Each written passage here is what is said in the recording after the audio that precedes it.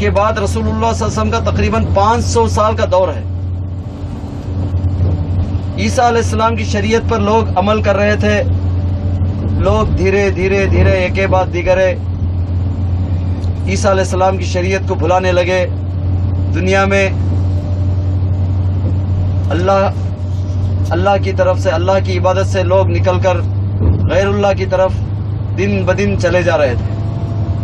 ساری دنیا، یہاں تک کہ ساری دنیا میں کفر کا غلبہ ہو گیا. توحید پرست بالکل نہ کے برابر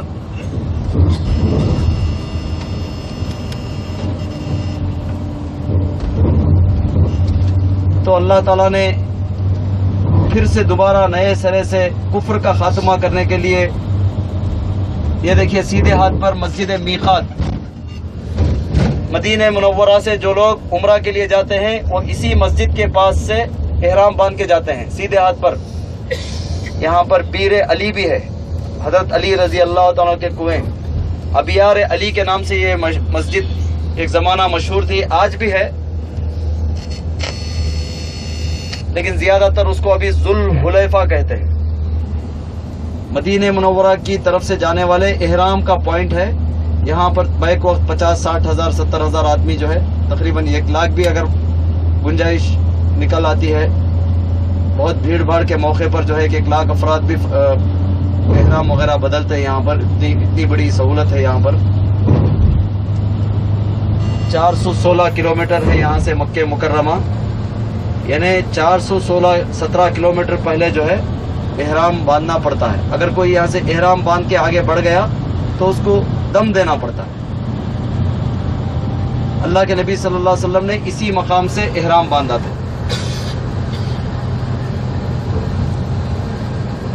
اور اللہ کے نبی صلی اللہ علیہ وسلم نے اسی راستے سے عمرہ بھی کیا تھا. مسنون راستہ، انڈیا کی طرف سے یا پاکستان کی طرف سے یا عراق وغیرہ کی طرف سے تو آپ نے یہ نہیں کیا تھا. یہ دیکھیے پورا پودینے کا مارکیٹ ہے. یہ مدینہ کا پودینہ بہت مشہور ہے. یہاں پر شو روموں کے طرح جیسا 100 150 200 دکانیں ہیں، صرف پودینے کی دکانیں، کوتھمیر نہیں بکتی وہاں.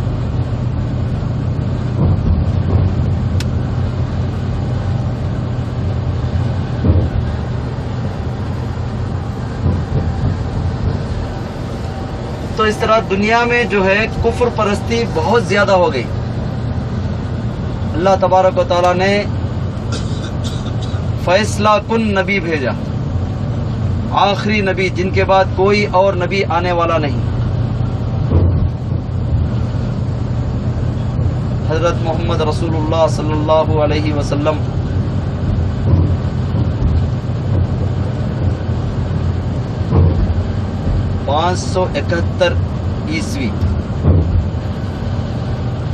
عیسوی آج 2014 ہے. 2014 میں 571 نکالیے، 1440 پر 3 سال پہلے حضرت رسول اللہ صلی اللہ علیہ وسلم اس دنیا میں تشریف لائے. جب آپ کی عمر 40 سال کی ہوئی تو آپ کو پیغمبری کا تاج پہنایا گیا. آپ کو نبوت کا معنی ہے نبی بنا کر بھیجا گیا. خبردار کرنے والے، ڈرانے والے، تنبیہ کرنے والے. نبا کے معنی ہے عربی میں خبر دینے والے. نبی برحق جن کے بعد کوئی اور نبی آنے والا نہیں. آخری نبی کے طور پر حضرت رسول اللہ صلی اللہ علیہ وسلم کو 40 سال کی عمر میں نبوت کا تاج، پیغمبری کا تاج پہنایا گیا. اس وقت مکے کا حال ایسا تھا کہ لوگ خانہ کعبہ کا طواف برہنہ کیا کرتے تھے. اس زمانے میں کسی کے ہاں کوئی ولادت ہوتی تھی کسی کے گھر میں تو اس زچہ کے گھر پر کئی ایک مرد پہنچ جاتے تھے اور وہ زچہ عورت جس مرد کے سر پر ہاتھ رکھتی تھی وہ بچہ اسی کا قرار دے دیا جاتا تھا. ایسی جہالت، ایسی طرح، ایک تو شرک ایک تو خانہ کعبہ کے اندر 360 بت، ایک تو ظاہری طور پر بھی لوگ بے حیا بے شرمی کا اظہار، اور باطنی طور پر بھی ہر قسم کی برائی، ہر قسم کا شر، ہر قسم کا فساد تھا۔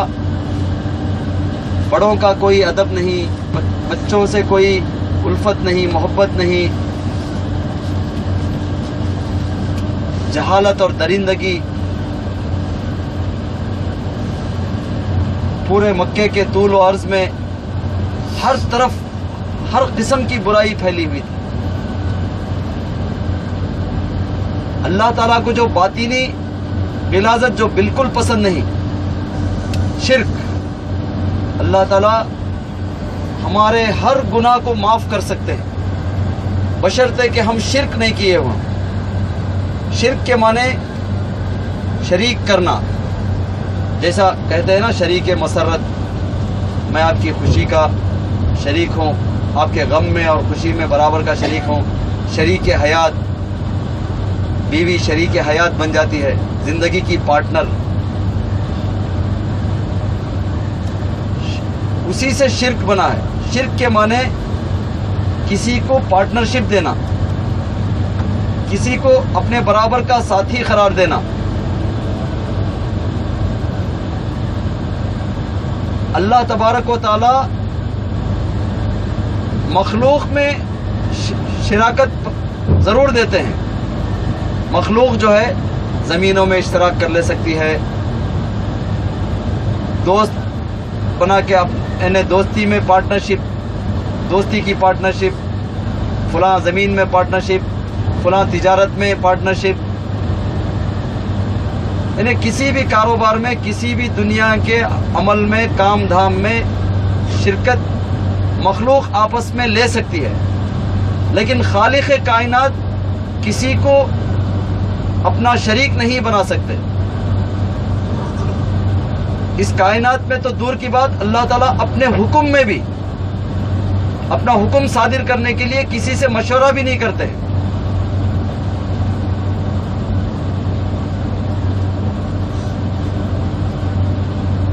تو اللہ کے رسول صلی اللہ علیہ وسلم شرک سے دنیا کو پاک کرنے کے لیے خانہ کعبہ کے اندر جو 360 بت رکھے تھے ان کو ہٹانے کے لیے، لوگوں کے اندر ظاہری و باطنی شرک کو ختم کرنے کے لیے اللہ کے رسول صلی اللہ علیہ وسلم دنیا سے بیزار ہو کر جا کر غار حرا پر بیٹھ کر ہفتوں مہینوں بیٹھ کر عبادت کیا کرتے تھے۔ آپ کی شادی ہو چکی تھی، شادی ہو کر 15 سال بھی ہو چکے تھے، آپ کی اولادیں بھی تھیں، 4 بیٹیاں، 2 بیٹے، حضرت خدیجہ سے 6 اولادیں تھیں، اور آپ صادق الامین کے نام سے مشہور تھے۔ آپ کا ٹائٹل، حضرت رسول اللہ صلی اللہ علیہ وسلم کا ٹائٹل کیا تھا؟ صادق کے معنی سچے، امین کے معنی امانت دار، صادق الامین۔ کسی کے ہاں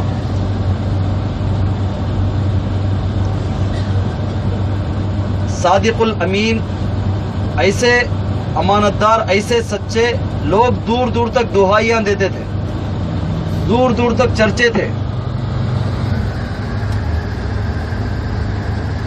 کہ مکہ مکرمہ میں محمد نام کا ایک شخص ہے جو کہ بہت ہی سچا، بہت ہی امانت دار، لوگوں نے کبھی ان کو جھوٹ بولتے ہوئے نہیں سنا۔ ایسے امانت دار کہ لوگ اپنی امانتوں کو لا کر آپ کے پاس محفوظ رکھا کرتے تھے، اور لوگوں کے بیچ میں جو بھی جھگڑا ہوتا تھا، جو بھی اختلاف ہوتا تھا، اس جھگڑے کو اور اس اختلاف کو محمد صلی اللہ علیہ وسلم، جو کہ ابھی پیغمبر نہیں بنے تھے، یہ پیغمبری کے پہلے کی باتیں ہیں،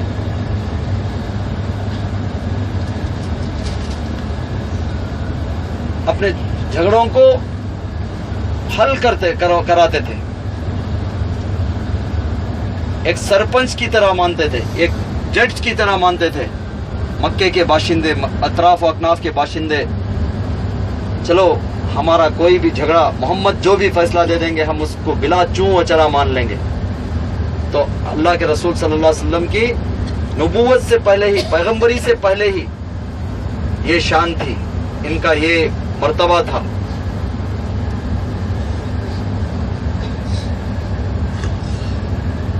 جیسے ہی جبرائیل علیہ السلام اللہ کا پیغام قرآن کی سب سے پہلی آیتیں لے کر نازل آئے غار ہرا پر، جبل نور، نور کے پہاڑ کے اوپر جو غار ہے، غار ہرا، وہاں پر آئے.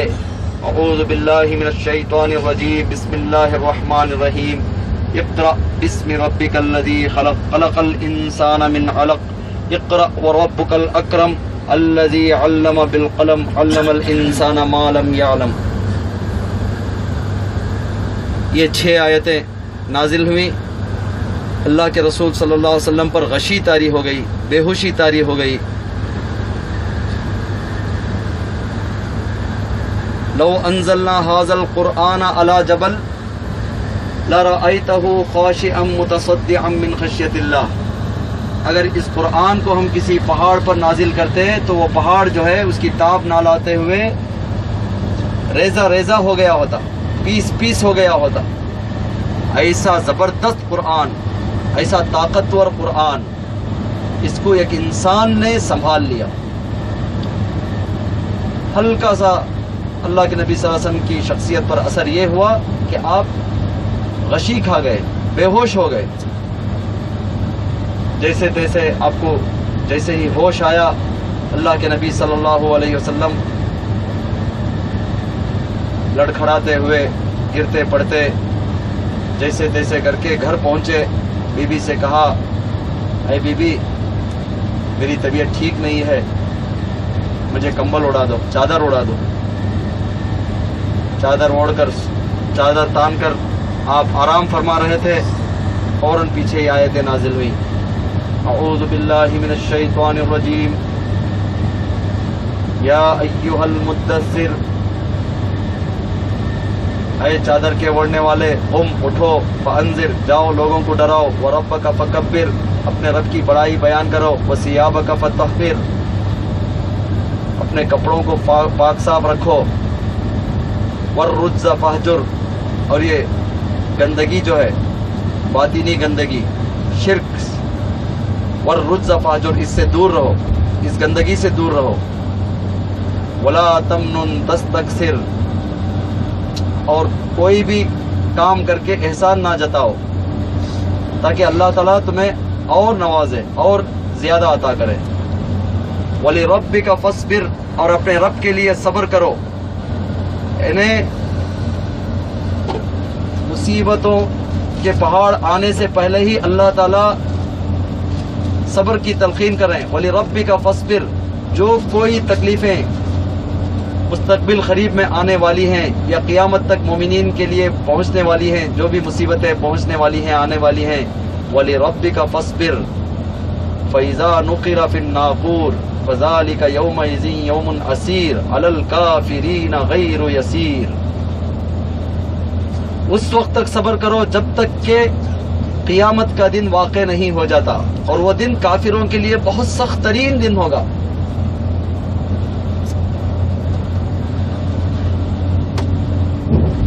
تو اللہ کے نبی صلی اللہ علیہ وسلم یہ آیتوں کو پا کر بھائی سونے والوں سے درخواست ہے، بدر جنگ لڑنے جا رہے ہیں، ہم لوگ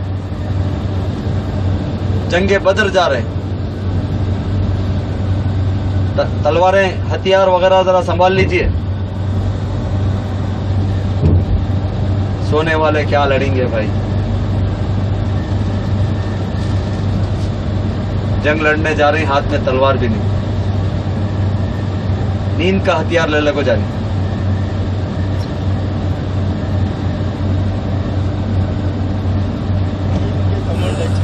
تو اللہ کے رسول صلی اللہ علیہ وسلم اس اللہ کے اس پیغام کا اعلان کرنے کے لیے صفا نام کی پہاڑی پر، صفا مروہ، صفا کی پہاڑی پر چڑھ گئے. صفا کے پہاڑی پر ایک چھوٹا سا گھوڑے سے تھوڑا چھوٹا ہے، یہ سارے خچر ہیں.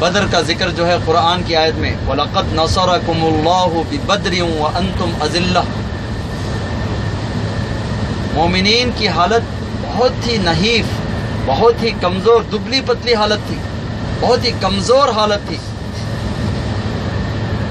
مومنین کے پاس کوئی ہتھیار نہیں تھا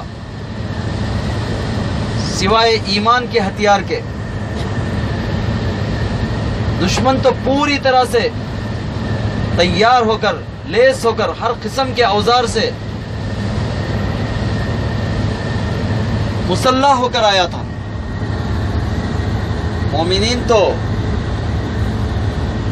اپنا دفاع کرنے کے لیے آئے تھے، ڈیفینڈ کرنے کے لیے آئے تھے، جنگ کو روکنے کے لیے آئے تھے. ان کے پاس ٹوٹی پھوٹی تلواریں، لنگڑے لولے جانور، کوئی ایسی مضبوط چیز نہیں تھی. اس کمزور حالت کو دیکھ کر اللہ کے نبی صلی اللہ علیہ وسلم نے اپنا سر مبارک سجدے میں ڈال دیا. اے اللہ، اگر آج تیرے 313 تیرا نام لینے والے ختم ہو گئے تو قیامت تک دوبارہ تیرا نام لینے والا کوئی پیدا نہیں ہوگا. اللہ کی رحمت، اللہ کا جوش وجد میں آیا اور حضرت ابوبکر صدیق رضی اللہ تعالیٰ عنہ حضور صلی اللہ علیہ وسلم کے پاس آ کر سجدے کی حالت کے ٹائم پر حضرت ابوبکر صدیق رضی اللہ عنہ کے الفاظ تھے، یا رسول اللہ بس کیجئے، بس کیجئے، کتنا روئیں گے آپ؟